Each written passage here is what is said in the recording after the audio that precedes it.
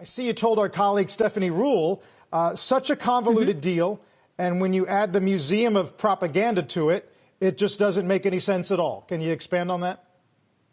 Well, I'm talking about that extra $5 billion that they're trying to put in place that he's trying to extract from the deal, President Trump is, in order to create an education fund that teaches real American history. I'm not sure what that means. It sounds like propaganda to me, which is an odd, excuse me, part of the whole deal. I think what I'm confused about is why China still owns this company. ByteDance is still the principal owner, and Oracle and Walmart together own about, 20%. So I'm not really clear who has control here. The other part is I'd like to know where the code goes. I'd like to know who's in charge of the algorithm and how exactly Oracle is going to protect the information. It's so lacking in detail that it's really hard to understand how someone could bless it. Maybe he has other information that we don't. But I don't know if they have total control of TikTok without owning it. It's confusing to me. And so it feels like what it set out to do, which was sell the company, didn't happen. And therefore we have this shift in vendor from Google to Oracle, with Walmart being a new investor in it. So it seems like a Series F investment series. I don't know what it is, and I don't know if it'll help. Right. Or a licensing web hosting agreement. Kara, do you expect to get enough details to where those questions you have are filled? I'm looking at what they said it was going to happen here and what has happened here. And it looks like sort of a back scratchy kind of thing to a company that's been supportive of President Trump. I don't understand why it has to move from Google necessarily. I don't see how that they couldn't have protected it. It just is just so full. It's just not what was said was going to happen. And of course, a lot of this stuff is done for headlines, just like the executive order around 230.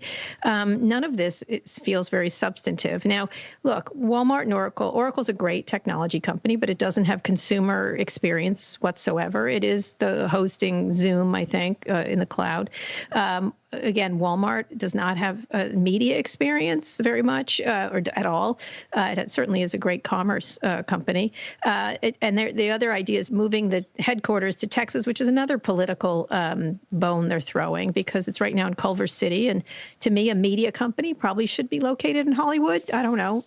It seems crazy, but that seems appropriate.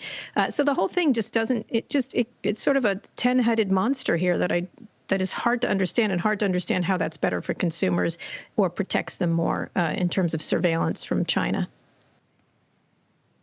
Shell game of details to me, Kara, on this issue specifically of total control. People seem to be conflating money and votes. Votes are what get you control. If U.S. interests have 40% of ByteDance and then 20% of U.S. TikTok, that doesn't equal a majority or control of anything.